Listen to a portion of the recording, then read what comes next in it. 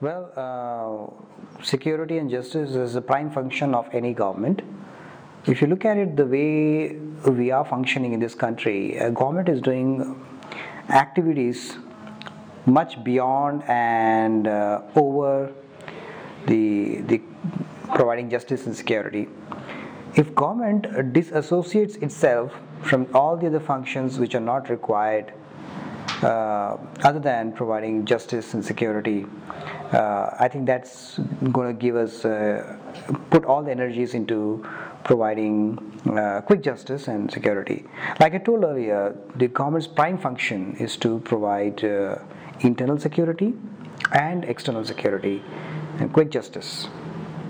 If government's machinery is focused only on these activities, then we will be able to attain faster justice through appointment of additional courts and judges and using the entire machinery towards these primary functions. And also we'll be able to have better budget allocations if you're not focusing on other activities which are more of a business in nature.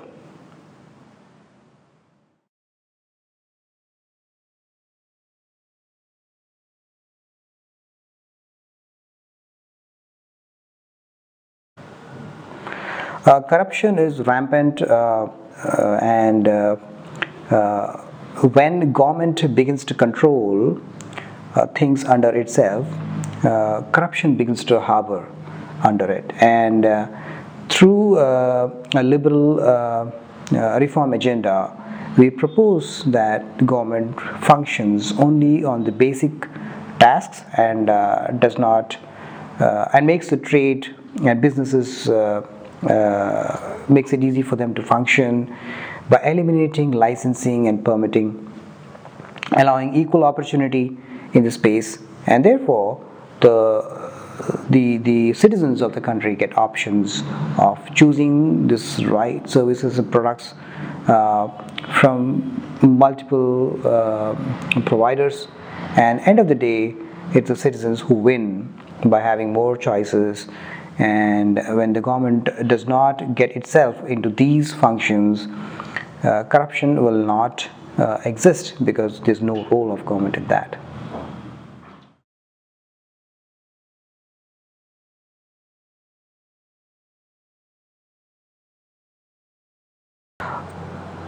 Our country has huge population, and that can be looked at as an advantage compared to disadvantage. We have a lot of intellects, we have great brains coming out of India, but for some reason we have not been able to leverage that because people have been leaving the country and setting up businesses abroad. And there is no enough opportunity in the space because of red tapeism, corruption, and several other social problems.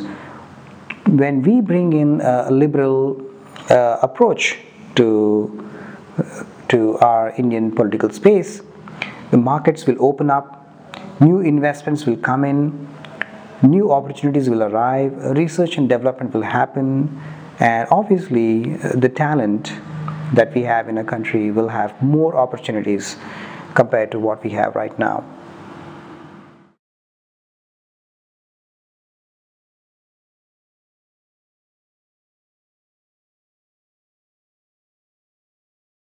Most of the Indian population lives in rural India, and we have seen a huge gap when it comes to education levels amongst the people of living in cities compared to the ones who live in the villages.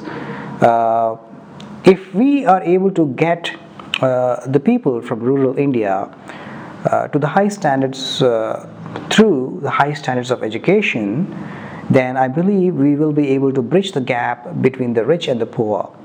Now, if you look at the current trend, the children of rich are going to good schools, they get educated in private schools of high standards, whereas the children of the poor end up going to private schools of not that great standard, or they end up going to the government schools, and the quality of education which they get or which has been imparted there is not of a standard which gets them to the same level of what we see compared to the students of the cities or towns.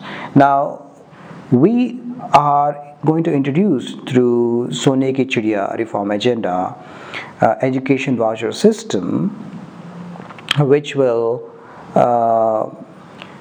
reform the way the education is imparted in India.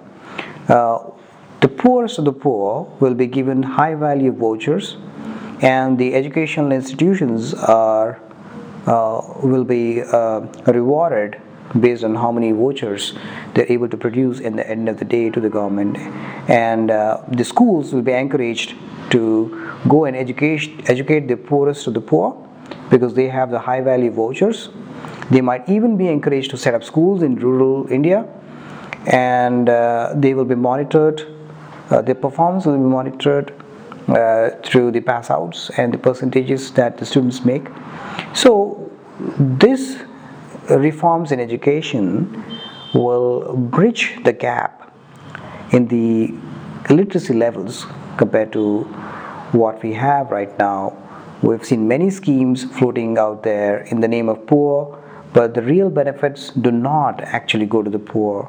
And we hope through this small effort of education reforms, which is a part of a larger agenda of Sone Ki Chidiya, we will be able to bring literacy and the quality education to the poorest of the poor. There is a lot of population below poverty line. How can you help them? We are proposing a negative income tax, wherein there is a direct cash transfer to the person who's needy of money, and once the person is in position to earn money, will pay it back to the society. Of course, we'll have a lot of controls and checks to ensure there is no misuse of negative income tax, and through Sone Ki Chidiya reform agenda, we will be able to achieve eliminate the poverty completely within a span of 3 years.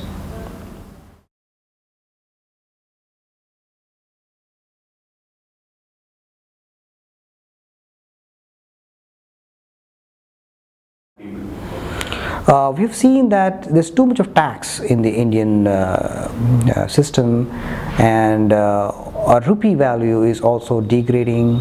The oil prices are high, and due to which we see high inflation rate. Now, we don't believe that so many taxes are really required. If the taxes are minimum, oil prices are low, the cost of essential commodities will also be low. And more than that, if the income levels of people are going up, that will naturally not hurt when it comes to the price comparison.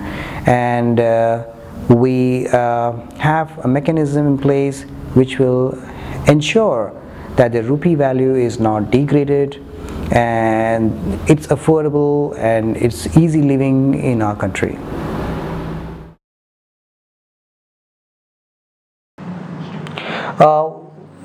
To conclude, what I strongly believe that India is going through one particular phase where a change is required in our political system.